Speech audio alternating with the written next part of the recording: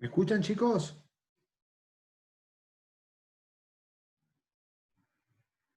Ok, gracias. Bueno, yendo a la consulta de Santiago Zarza, seguramente estén entre hoy y mañana, ¿sí? Están revisando las correcciones Karina y Mariela, y ayer estaban terminando. Así que antes de la clase del jueves van a estar publicadas, ¿sí? Entre hoy y mañana van a estar, para aviso para todos ustedes. Bueno, eh, vamos a comenzar la segunda parte de la clase de hoy vinculada a temas de monopolio. Volvemos un poquito sobre lo que estuvimos viendo hasta ahora. Como les contaba hoy, primero vimos algunas condiciones, muy generales y sin mucho detalle respecto de casos de competencia imperfecta. Distinguimos los tres casos habituales de competencia imperfecta: competencia monopolística, oligopolio y monopolio. Y después en particular nos metimos con algunos detalles en las características de monopolio. Competencia monopolística y oligopolio lo vamos a ver en las próximas reuniones, para entender las diferencias con los casos de mercados perfectamente competitivos y con el caso de monopolio. Después, lo que estuvimos viendo en la última parte de la primera, en la última sección de la primera parte de la clase de hoy, son la definición de precio y producción en un mercado monopólico y cómo después podemos analizar el margen de precio respecto de los costos marginales. Es decir, una dimensión del poder de mercado que tenga el monopolista en relación a la elasticidad de la demanda que le toca enfrentar. Y ahora lo que vamos a revisar son algunas cuestiones vinculadas a identificar los costos del monopolio, los costos sociales del monopolio, algunas cuestiones sobre regulación y algunas cuestiones sobre la política de discriminación de precios. Vamos a ir para acá.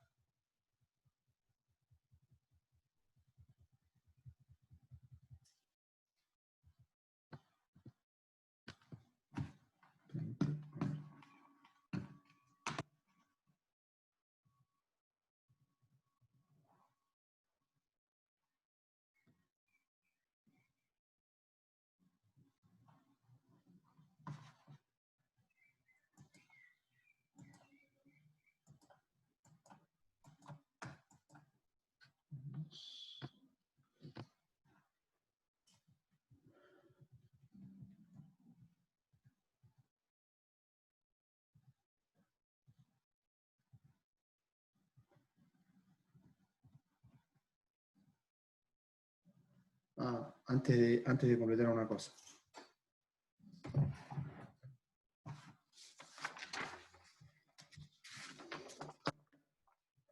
Bueno, acá habíamos llegado, vamos a completar algunas nociones más. Hasta ahora nosotros, la clase pasada, una vez que identificamos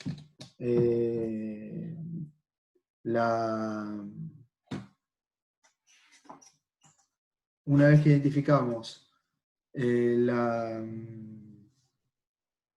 condición de maximización de beneficio del empresario monopolista, del empresario competidor perfecto, después lo que nos avanzamos sobre la definición, sobre los conceptos de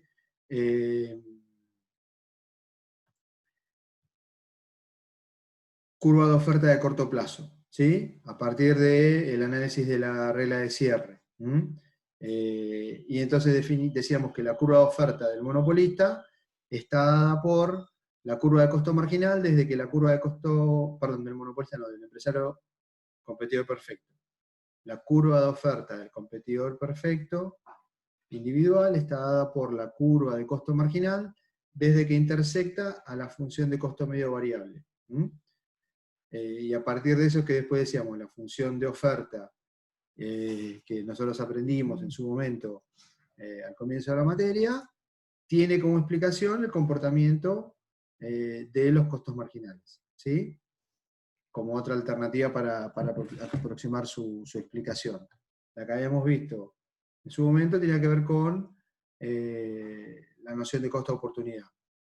Bueno, esto es lo que está, perdón, lo que está mencionado en esta primera parte de esta diapositiva. Lo que queremos mostrar es que en un mercado monopólico no hay una curva de oferta que podamos definir fácilmente. Y si no hay no hay una curva de oferta, es que no hay una función. Y si no hay una función, lo que queremos decir es que no necesariamente hay una relación única entre precio y cantidad. Porque el nivel de precio que vamos a estar produciendo tiene que ver con la forma de la curva de demanda. Y entonces, lo que vamos a poder ver es que para diferentes niveles de demanda que pueda enfrentar este monopolista, se pueden generar distintos precios que no nos van a permitir armar una función de oferta, ¿sí? Como tenemos por acá, una cosa que vamos a poder mostrar es que podemos tener variaciones de precios sin que varíe el nivel de producción, o viceversa, variaciones de producción sin que varíe el nivel de precio. Y si esto es así, no va a ser posible establecer una relación única entre precio y cantidad. Vamos a ver el ejemplo gráfico para poder mostrarlo más fácil. Veamos este caso. Tenemos inicialmente la función de demanda 1 y su ingreso marginal correspondiente 1, dado el costo marginal, que corresponde a la empresa productora que estemos analizando, buscamos la igualdad entre costo marginal e ingreso marginal 1, se define la cantidad óptima Q1, y a partir de eso luego el precio que corresponde, precio 1. ¿Sí? Es el precio que cobrará el monopolista para esa cantidad, dada que esa es la cantidad en la cual se verifica la igualdad entre costo marginal e ingreso marginal 1. Después lo que ocurre es que por alguna razón hay un desplazamiento de la función de demanda que enfrenta ese monopolista. Si hay un desplazamiento de la función de demanda a un caso como el de demanda 2, la función de demanda es más aplanada y con un ordenado de origen mucho más baja que el anterior, que antes de que se produjera el cambio en la demanda, el nivel la función de ingreso marginal que corresponde a la función de demanda 2 es ingreso marginal 2, y a propósito, por construcción, y para mostrar lo que queríamos señalar, la intersección con el costo marginal, que no cambió, porque no cambiaron las condiciones de producción de la empresa monopolista, sino que lo que cambió son las condiciones de demanda a esa empresa monopolista, es decir, que hay un cambio en el comportamiento de los consumidores, pero no en los comportamientos de la función de producción, y por lo tanto de costos, y tampoco hay cambio en los precios de los factores, las condiciones de producción son las mismas. Aún así, dado un cambio en la función de demanda, podemos identificar que se puede generar el mismo nivel de producción, pero a partir de que la función ahora es mucho más elástica que antes, el margen sobre el costo marginal es más bajo, por lo tanto el precio en definitiva termina siendo más bajo que antes. Entonces, como tenemos escrito por aquí, en la hoja anterior, puede variar el nivel de precios sin que varíe el nivel de producción cuando hay cambios en la demanda, o vamos a ver un caso, y vamos a ver el caso alternativo ahora, perdón, al lado derecho del gráfico. En el lado derecho del gráfico, ¿qué tenemos? Tenemos también una función inicial con su ingreso marginal correspondiente. Dado el costo marginal, la definición de producción es Q1, y Q1 luego lleva a cobrar un precio 1, que es el que para esa cantidad maximiza beneficios. Ocurre un cambio en la demanda de los consumidores, en la demanda de este mercado. Al igual que en el caso anterior, la función de demanda se torna más elástica, pero no hay una caída tan notoria de la ordenada al origen. La función es igual de elástica esta que esta, básicamente, pero la diferencia está en que la ordenada al origen es muy diferente en un caso que en el otro, y por lo tanto, lo que quiere decir cuánto como máximo estarán dispuestos a pagar los consumidores es diferente en un caso que en el otro. Entonces, ahora, la función de ingreso marginal que corresponde es la 2, eso define el nivel de producción 2 para esta nueva función de demanda que enfrenta el productor monopolista o monopólico, y eso lleva a que el precio que se define sea igual que el anterior. Entonces, ¿qué tenemos acá? Tenemos una situación de que dos niveles de precio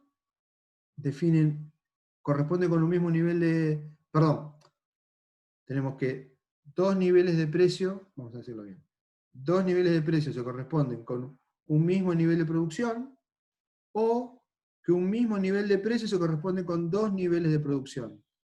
Por eso es que podemos mostrar o ratificar que no necesariamente es posible establecer para un productor monopólico una relación única entre precio y cantidad.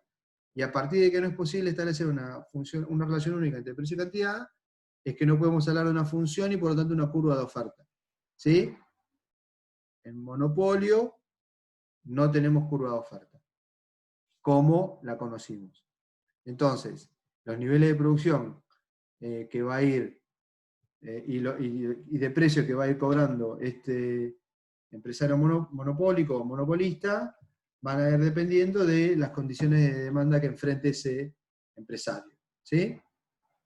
Entonces, con esto lo que queremos mostrar es que, como tenemos puesto entre signos de pregunta, la curva de oferta para el empresario monopólico no es posible de determinar.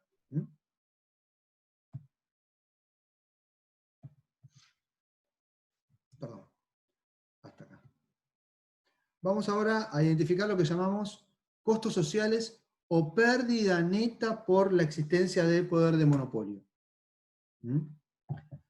Como les decía hace un cachito, espera un poquito, quiero ver si puedo comer una cosa.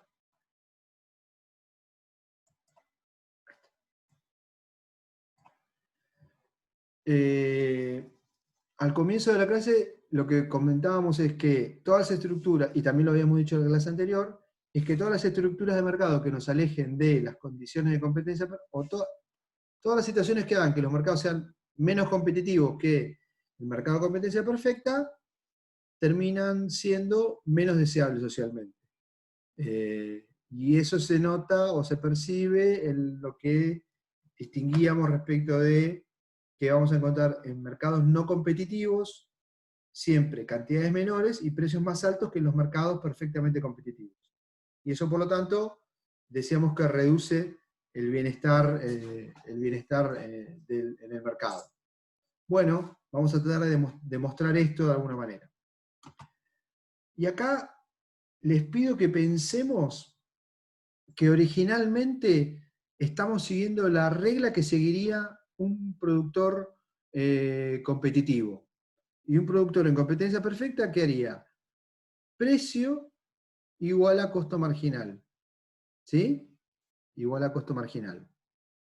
Bien, entonces si aplicara esa regla, lo que haría es, dada la función de costo marginal, igualarla con la función de demanda, que es la función donde vemos el precio. Acuérdense que el punto es que este es un empresario monopolista que ve toda la función de demanda del mercado. No es un empresario en competencia perfecta, un empresario individual en competencia perfecta que una función de demanda horizontal, para la cual precio igual a ingreso marginal igual a ingreso medio, ¿sí? Sino que es un empresario monopolista que ve toda la función de demanda de mercado, precios igual a ingreso medio, recuerden, y la función de ingreso marginal viene por debajo. Bien. Si al empresario le hacemos seguir, si el empresario siguiera la regla de competencia perfecta, la cantidad que este empresario monopolista, equivocándose, elegiría, sería esta, porque es la cantidad que corresponde a la igualdad entre costo marginal y la función de demanda, donde vemos el precio. Y por lo tanto el precio que cobraría sería este. Luego, a partir de eso, nosotros podemos establecer que el nivel de bienestar de un mercado lo aproximábamos con el tamaño de los excedentes de productor, de consumidor y de productor, y esos, recuerden, son las áreas entre la función de demanda y el nivel de precio que se cobra. Recuerden que esto es el excedente del productor, del consumidor, y el área entre el nivel de precio que se cobra o que se paga y la función de oferta del productor. Esto es excedente del productor, esta área. Y esta área es del consumidor. La suma de estas figuras me da el nivel de bienestar social que se obtiene para ese nivel de producción. QC, que refiere al nivel de competencia. ¿Sí?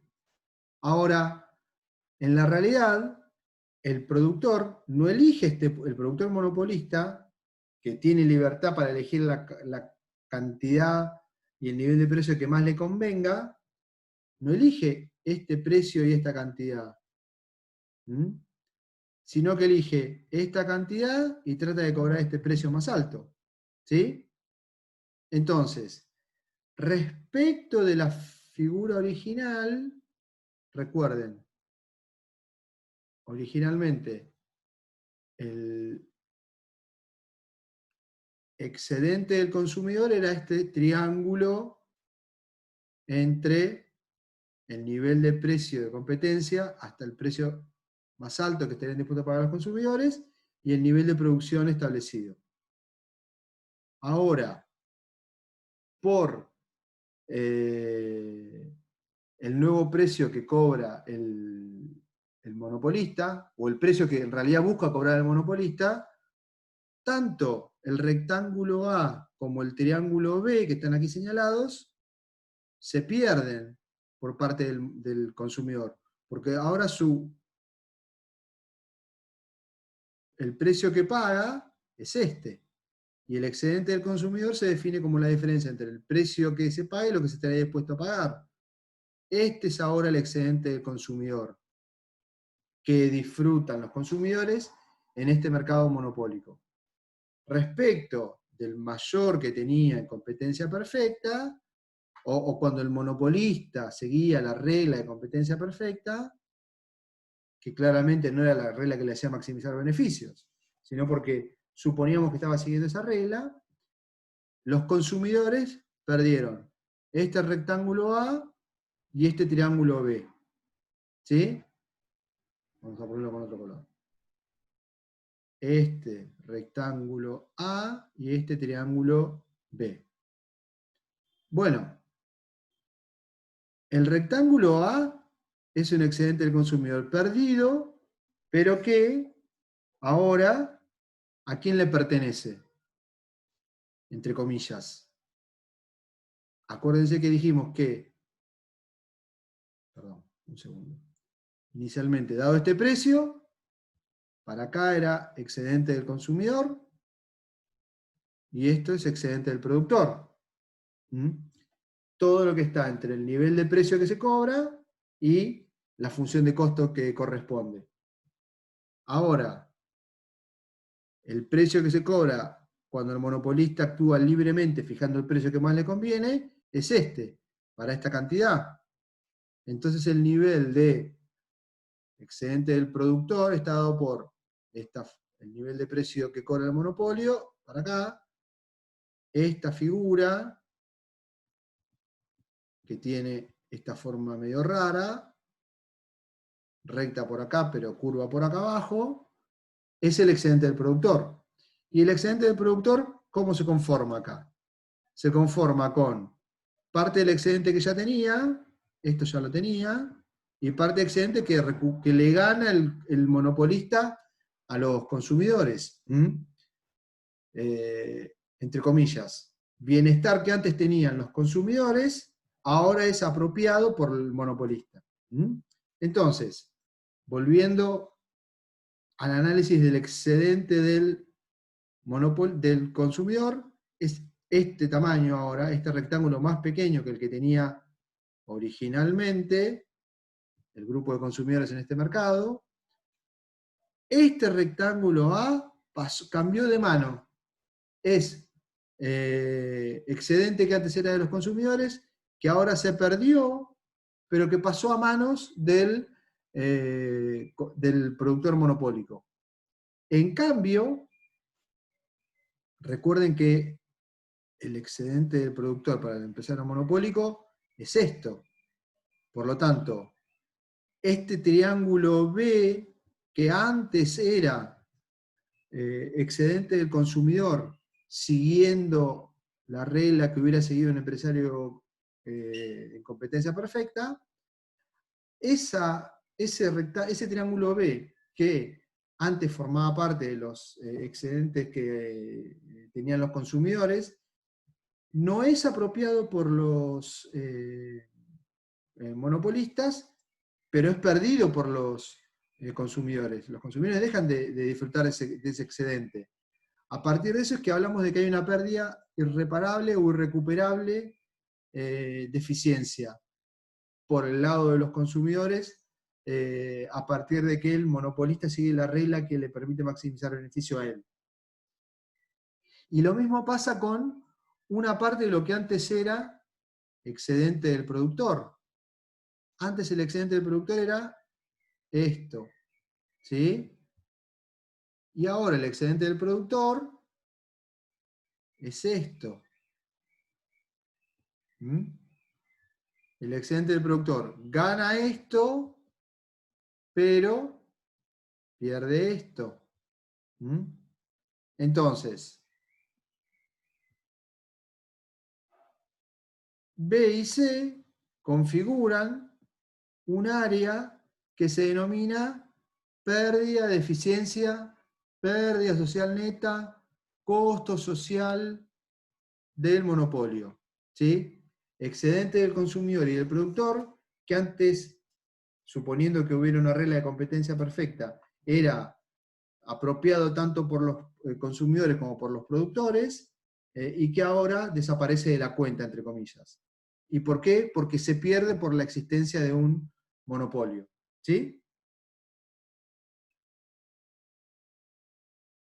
Si nos ponemos a ver, el monopolista no está peor que antes. El monopolista está mejor siguiendo la regla monopólica que siguiendo la regla competitiva. Lo que suena completamente intuitivo.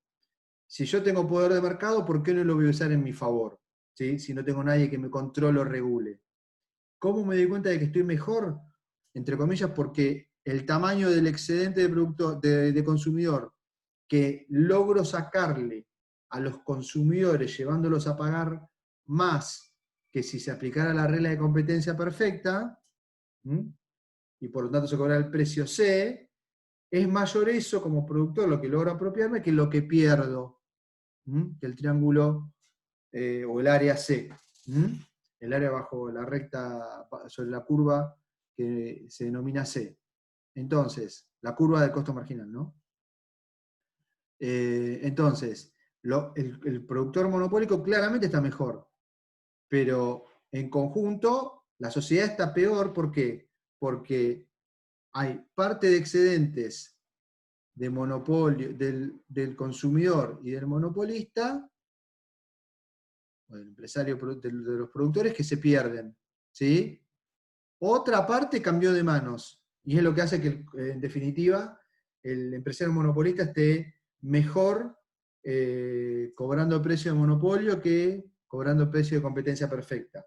Pero como sociedad, la sociedad se perdió todo esto.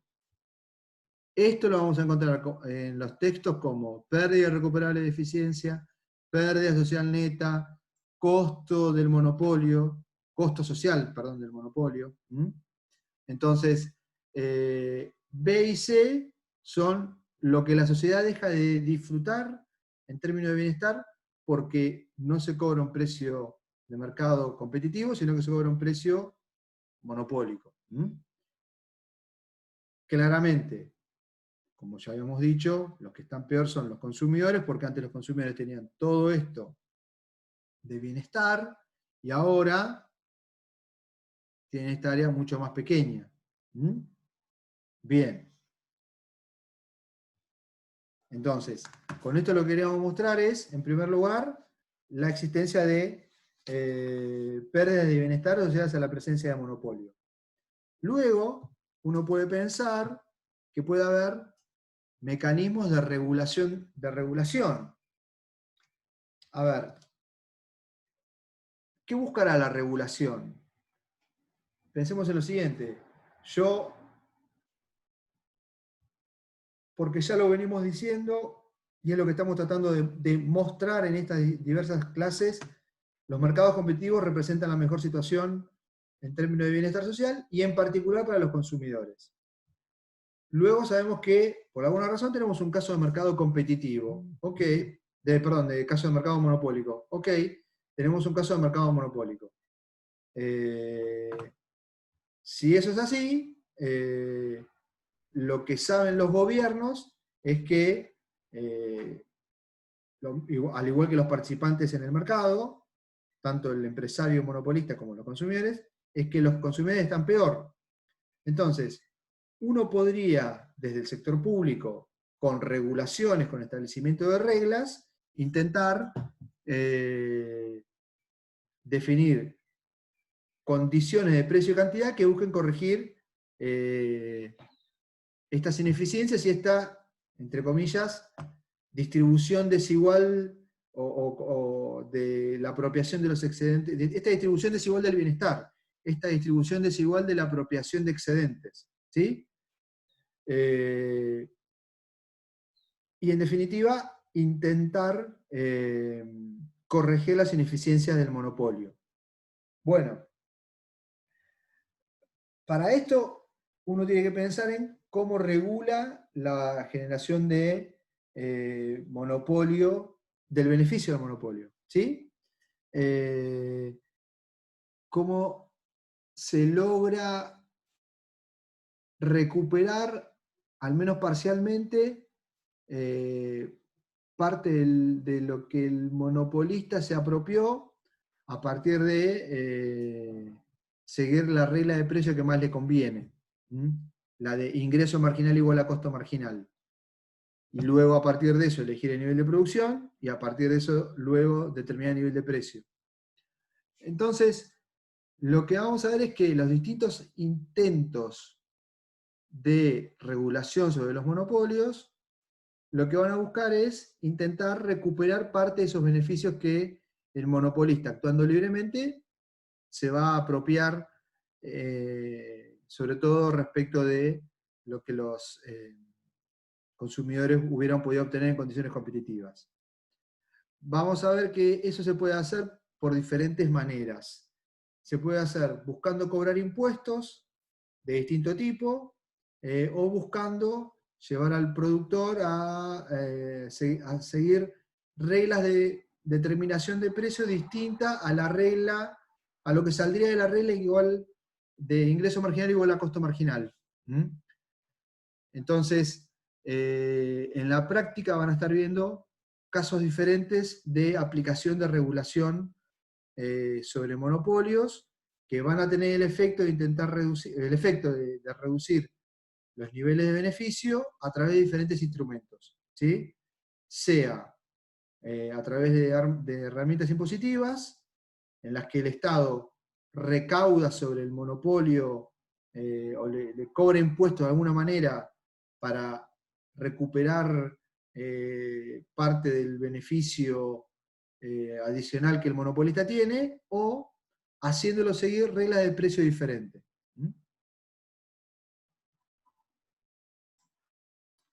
Esto lo vemos acá. Si el monopolista actúa libremente, ¿qué hace? Recuerden, tenemos, esta es la función de ingreso medio, esta es la de ingreso marginal, esta es la función de ingreso medio del monopolista. Acuérdense que esto es igual a precio. Esta es la función de costo marginal. Siempre tengan presente que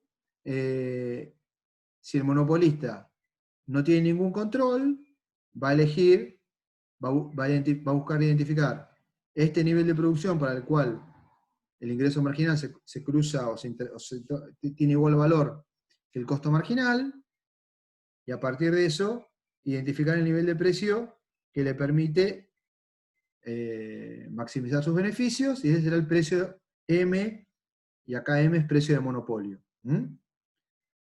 Una alternativa es obligar al monopolista a cobrar un precio más bajo y que produzca ese precio la cantidad Q1.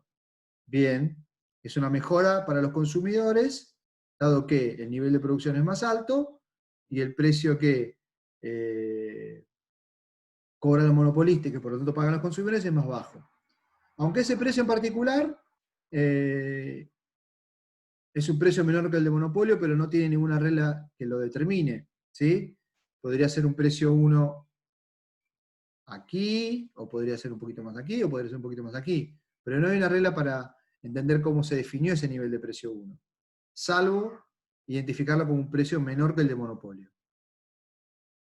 Otra alternativa, que tendrá que ver con regulación de precios, será llevarlo al monopolista a igualar costo marginal, como mostramos hace un rato, de manera hipotética, con precio. ¿Sí? Y a partir de esto es que identificamos este nivel de producción Q3, QC, y este nivel de precio 2, de competencia perfecta, que sería el nivel de precio de competencia perfecta. Entre QM y QC claramente hay una ganancia para los consumidores, tanto porque hay más bienes producidos y vendidos en el mercado, como porque el precio de mercado es mucho más bajo para ellos. Terminan pagando un precio C que es claramente inferior al precio de monopolio. ¿Sí? Luego, el nivel de beneficio que obtiene el monopolista está dado por la diferencia entre el nivel de precio de competencia y el nivel del costo medio total o el costo unitario para ese nivel de producción QC. Para este nivel de producción, ese sería el nivel de precio de costo medio total. Por lo tanto, lo que estamos diciendo es que, aún haciéndole seguir una regla de competencia perfecta al monopolista en la determinación de su precio, que lo lleve a cobrar un precio como C, el monopolista seguiría teniendo beneficios. Claramente el beneficio, si miramos para QM y precio M, el nivel de beneficio está dado por la diferencia entre el nivel de precios y el nivel de costo medio para costo medio total o costo unitario para ese nivel de producción QM. Este rectángulo sería el nivel de beneficios que tendría el monopolista. Si yo al monopolista lo hago seguir la regla de precio igual a costo marginal, y por lo tanto cobra este precio y produce esta cantidad QC, el nivel de beneficio es un poco más bajo, pero no desaparece. ¿Sí? Que sea un poco más bajo, está dado por un lado porque produce más. Pero eso también hace que el nivel de excedente del consumidor sea mucho más alto. Por lo tanto, para los consumidores es deseable. Antes el nivel de excedente del consumidor en monopolio era de aquí para acá, mientras que ahora, con la regla de competencia perfecta, el nivel de excedente del consumidor es este triángulo bastante más grande. Los consumidores ganan esto y recuperan esto respecto de la situación monopólica. Entonces, los consumidores están claramente mejor. Vamos por acá. No, Alfredo, no. No estoy diciendo que al monopolista se le den subsidios, ¿eh? Simplemente lo estamos haciendo cobrar un precio más bajo. Le estoy limitando cuánto gana. No lo estoy dejando maximizar, pero no lo estoy compensando, ¿eh? No estoy diciendo que lo estoy compensando. Esa es una alternativa posible de regulación. Obviamente, yo puedo llevarlo a niveles de precio mucho más bajo todavía. Entonces, si lo llevara a niveles de precio más bajo todavía, que el nivel de precio... Espera un segundito. Si yo este es el precio, este sería el precio que cobraría el monopolista. Vamos de vuelta. Este sería el precio que cobraría el monopolista. Y produciría este nivel. Si le hago seguir la regla competitiva, cobraría esto y produciría QC. Si le hago producir QC, el monopolista sigue ganando plata. ¿Sí? Sigue ganando plata. Entonces, estoy logrando el objetivo que está buscando la regulación, que es redistribuir bienestar entre las partes. Pero no lo estoy condenando a perder plata al empresario monopólico. ¿Sí? Entonces, dado eso, yo hago estar mejor a los consumidores, estoy haciendo estar un poco peor al productor, pero no estoy explotando, entre comillas, ¿sí? No estoy llevando a una situación en la que el productor pierda. Por lo tanto, si no lo estoy llevando al productor a que el productor pierda, no lo debo compensar con subsidios, ¿sí? Eso es algo que ahora vamos a poder ver en el gráfico a continuación cuando veamos otro caso. Pero lo importante es entender que por regularlo, ahí va Alfredo, no lo estoy necesariamente llevando a la situación en la que tengo que compensarlo. ¿Sí? No necesariamente. Otra alternativa que tiene el gobierno a mano sería incluso llevarlo a cobrar un precio más bajo todavía. A pretender que el productor cobre un precio más bajo todavía. Yo querría que los consumidores querrían comprar a ese precio 3, ese es el precio que se termina, como yo lo estoy obligando a cobrar ese precio termina convirtiéndose en el ingreso marginal que termina viendo el productor monopólico, porque yo lo estoy obligando a cobrar cada unidad ese precio. Entonces, cada unidad ese precio, y por lo tanto siempre es el mismo precio 3, el ingreso marginal para un mismo nivel de precio es ese propio precio. Acuérdense que ya lo aprendimos la clase anterior. Entonces, el productor, si yo lo obligara a cobrar este precio 3, querría ofrecerme, o querría ofrecer en el mercado, igualando esta que se ha convertido para él en la función de ingreso marginal, con el costo marginal, y produciría Q3. Mientras que los consumidores, al precio Q3, querrían comprar Q3'. No sé si lo pueden ver en pantalla, pero este nivel de producción acá, Q3, tiene un tilde superior. Entonces, eso es Q3'. Si los productores a este precio 3, el productor monopólico, perdón, ofrece esto, pero los consumidores quisieran comprar esto, esta diferencia para el precio 3 es un nivel de escasez definido por la regulación o generado a partir de la regulación de precio. Porque ese precio 3 actúa como el ingreso marginal, porque es siempre el mismo precio que puede cobrar el monopolista.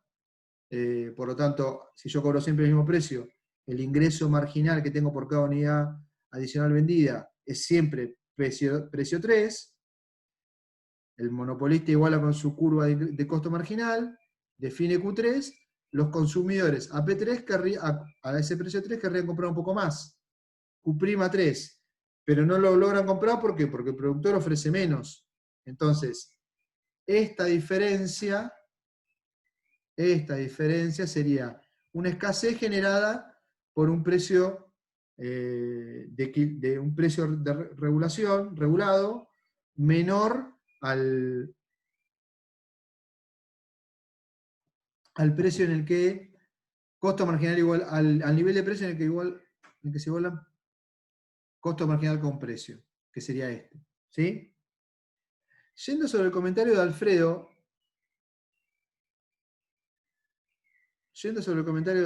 ¿me están escuchando, chicos? Perdón, ¿me escuchan? Porque me salió un cartel en pantalla. Ok, gracias. De vuelta sobre el tema de si existen pérdidas o no, miren que igual, miremos esto, al precio 3, el productor, perdón, un cachito que me pasé de largo, el productor produce, igual con su costo marginal, produce Q3. Un efecto es que se genera esa escasez que ya mencionábamos, pero mirándolo contra la función de costo medio, el productor está cobrando un precio que en este caso está por encima del costo medio. Entonces, para cada unidad producida, el productor no está perdiendo plata, está teniendo beneficios, recuerden.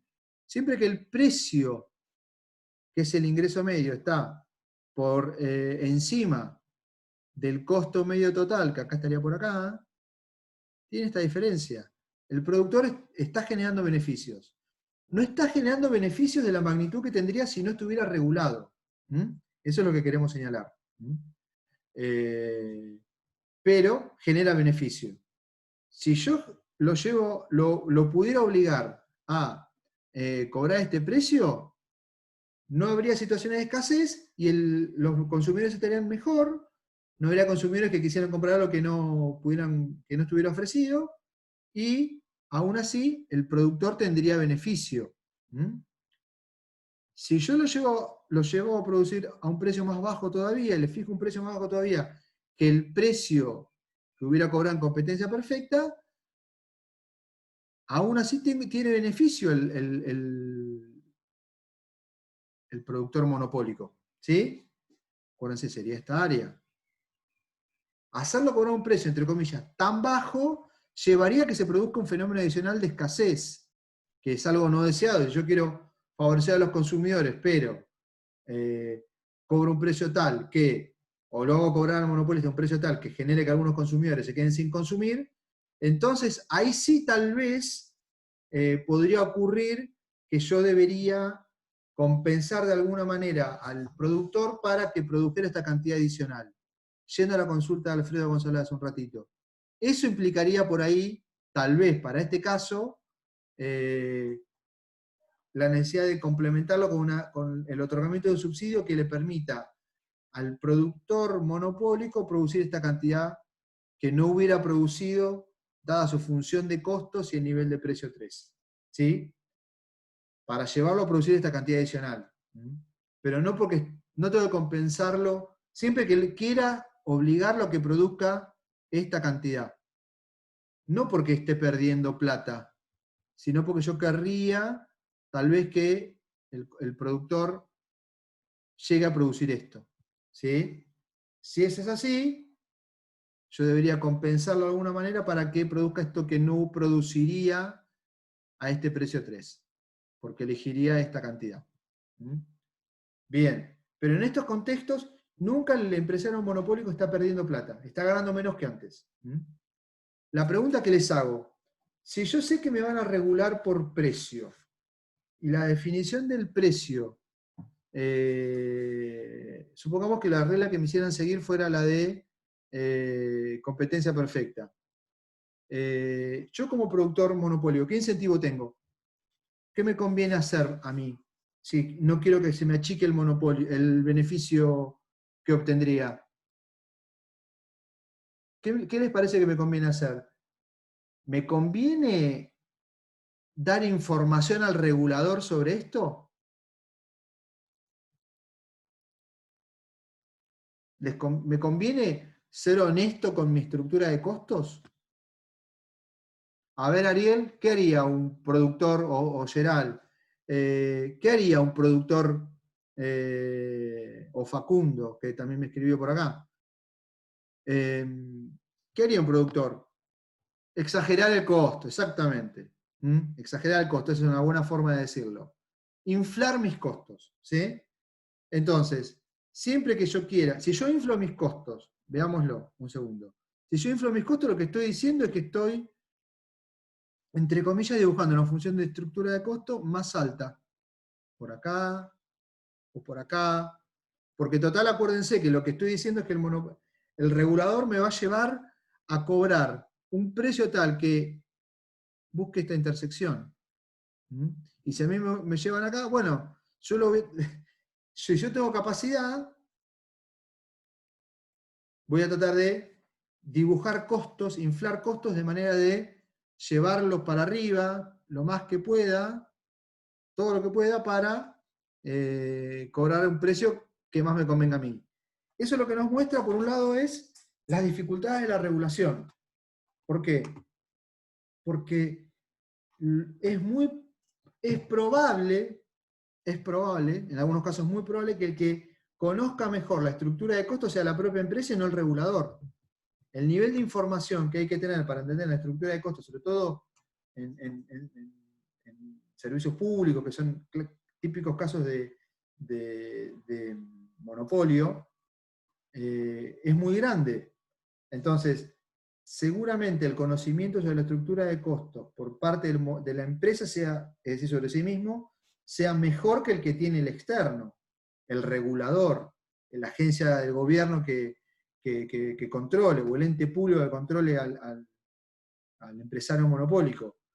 Entonces, esto lo que nos muestra es la dificultad de buscar reglas por el lado del precio, porque es difícil conocer la estructura concreta de costos. Para tratar de resolver esto es que los gobiernos a veces buscan cobrar impuestos que traten de apropiar, no llevándolo a bajar el precio y que eso permita que los consumidores recuperen autónomamente bienestar, sino que el Estado cobre impuestos sobre los beneficios del monopolista y que esos beneficios luego, entre comillas, vuelvan a los consumidores a través de prestaciones que el Estado haga. Bueno, eso es una forma de ver la acción del sector público, es una forma también benévola de imaginar cómo actúa el Estado, pensando que el Estado siempre actúa en función del interés social, porque cobra impuestos y los devuelve a la gente con mejores servicios o mejores y más servicios, y eso no necesariamente ocurre siempre así. Y por otro lado, también lo que hay que señalar es el hecho de que cuando hay fenómenos de regulación, nosotros no lo estudiamos en nuestra materia, pero sobre todo los que hagan la carrera de economía lo van a estudiar en un par de materias más adelante, entre cuarto y quinto año, aparece la posibilidad de captura del regulador. Cuando decimos la idea de captura del regulador, lo que estamos diciendo es que es básicamente situaciones de corrupción en las que el empresario monopólico o los empresarios regulados logren capturar para sí mismos al regulador. ¿Sí? Y esto que estoy diciendo es algo muy estudiado en la literatura de investigación sobre estos temas, y que es algo que además como consumidores podemos imaginar muchas veces. De hecho, por ahí alguno de ustedes lo pudo haber escuchado, pero hace poco hubo una confirmación de algunas condenas por la tragedia ferroviaria de la estación de Once hace unos 8 años y medio más o menos. Ocurrió en el 2012, si no recuerdo mal eso. La mayoría de ustedes estaba en primaria. Ok, pero hubo una tragedia ferroviaria y que las condenas que se establecieron, lo que castigan por un lado al conductor, al maquinista de la formación ferroviaria en ese caso, pero además sancionan a los empresarios y a los funcionarios públicos responsables por el control. ¿Por qué? Porque todo funcionaba de manera que el control era muy malo y eso determinó poca inversión en equipamiento y a partir de eso riesgo por el uso de las vías y el material rodante. Entonces, ahí podemos ver un caso en el que la justicia pudo determinar no solo error humano, como parcialmente se le atribuyó al maquinista, sino además un sistema en el que la regulación no funcionaba de manera que controlara apropiadamente al regulado, en este caso a una empresa de servicios ferroviarios de carácter monopólico. Entonces, que hay captura del regulador, hay muchísimos ejemplos. Vamos a un caso particular adicional, que es el caso del monopolio natural. ¿Qué es el monopolio natural? Y con esto vamos a ir terminando porque me quedan pocos minutos. Me va a quedar un tema que es el de discriminación de precios, eso es lo que tenemos al final, que lo tienen en las últimas diapositivas. Les pido que lo miren, yo lo voy a pasar rápido en la clase que viene. ¿Sí? Lo voy a explicar, pero lo voy a pasar un poco rápidamente. Solo para entender, la palabra discriminación no tiene que ver con el hecho de tener una actitud discriminatoria o peyorativa, sino que tiene que ver con la idea de poder distinguir tipos de consumidores, para distinguir cuánto quiere pagar cada consumidor, y a partir de eso intentar cobrar distinto a distintos consumidores. ¿Sí? Dicho esto, vuelvo sobre este punto para ir terminando hoy. Hay estructuras de mercado que tienen lo que nosotros ya habíamos contado al comienzo, situaciones de características de costos de economías de escala, que llevan a lo que se llama monopolio natural. ¿Por qué? Porque básicamente lo que ocurre es que cuando tenemos economías de escala, estamos en el tramo decreciente de la función de costo medio de largo plazo, ¿se acuerdan? Y entonces, si tengo economías de escala, siempre el costo marginal está por debajo del costo medio, y por lo tanto, a medida que aumentan los niveles de producción, lo que ocurre es que cada vez se puede cobrar más barato. ¿Sí? Entonces, si tengo características de monopolio natural, si tengo características de economías de escala en la industria que estemos considerando, el productor monopólico o el primer productor que esté en esa actividad siempre va a poder cobrar más barato que los competidores que quisieran entrar luego, porque aumentando el nivel de producción logra afrontar costos más bajos. Entonces, lo que estoy diciendo es que para cualquier nivel de producción que queramos identificar, siempre el productor que está en una actividad que tiene economías de escala va a poder cobrar más barato que otros competidores. Por eso va a terminar siendo monopolista, porque no va a haber nadie que le pueda competir en precio. Esto es muy típico de actividades en las que se necesita mucha inversión en capital físico.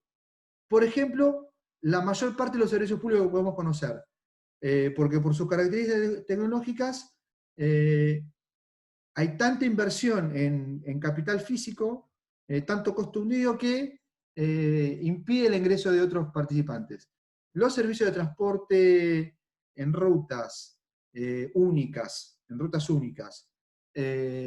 o los servicios públicos de distribución de algún fluido, agua, gas o electricidad,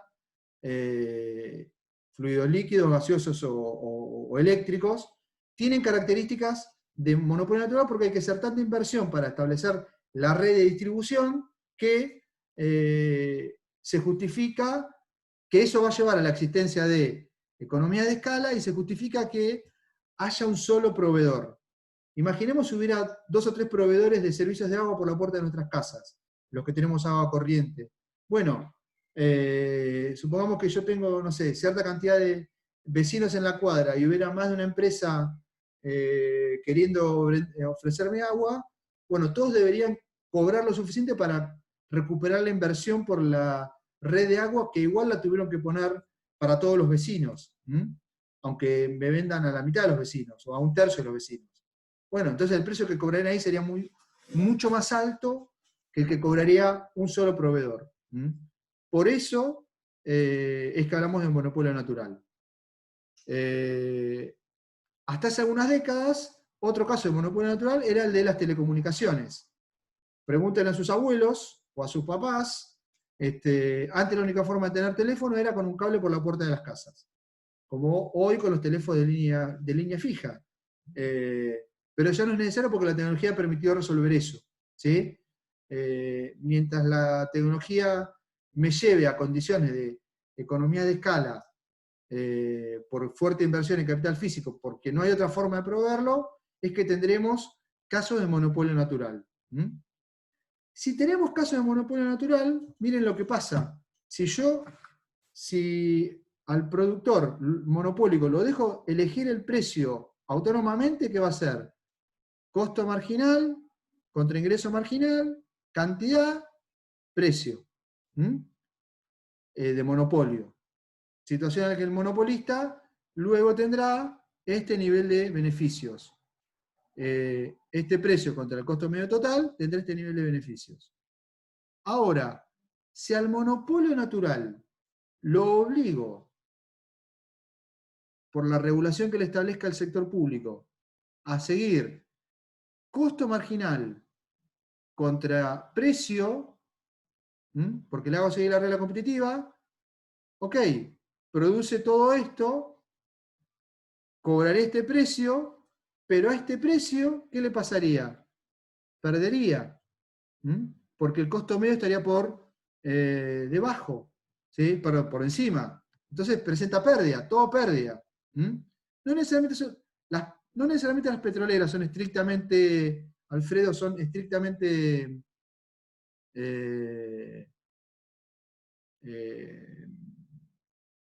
monopolios naturales, ¿sí? Son casos de fuerte inversión, pero no necesariamente son monopolios naturales.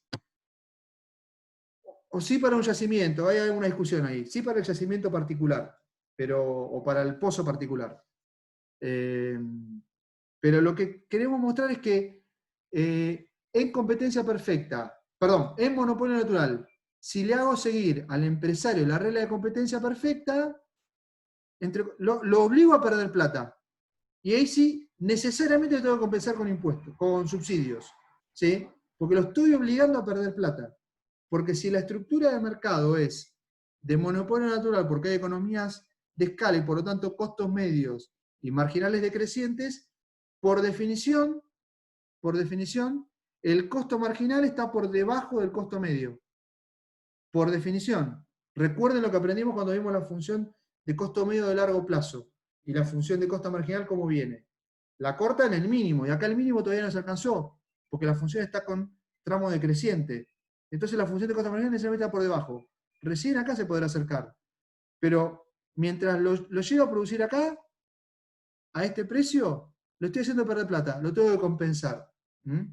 Entonces, las consecuencias que tiene la regulación de precios hay que verlas en función del tipo de mercado monopolio que tenemos. Si tenemos un monopolio natural y le hago seguir la regla de competencia perfecta para que los consumidores paguen menos, necesariamente al productor lo voy a tener que compensar con subsidios. Por ejemplo, en los casos de servicio de transporte público. O en los casos en los que al monopolista en servicios públicos le esté haciendo cobrar poco. Servicios de agua, servicios de gas o de electricidad, en los que lo obliga a producir poco, a cobrar poco, lo voy a tener que compensar con subsidios, de alguna manera. Luego habrá que ver la capacidad de bancar esos subsidios que tenga el Estado, que es otro tema que en Argentina se ha discutido mucho en los últimos 10 años largos. ¿Sí? Si el Estado tiene que bancar o no subsidios y en qué medida tiene que bancar subsidios a los consumidores. Bueno, hasta acá llegamos con monopolio Corto acá porque se nos viene la comisión que viene a continuación. La clase que viene empezamos a ver lo que nos queda pendiente, que es discriminación de precios en monopolio, que es un caso particular. ¿Sí? Gracias por la atención, chicos. Que vaya todo bien. Cualquier cosa me escriben por el aula 24.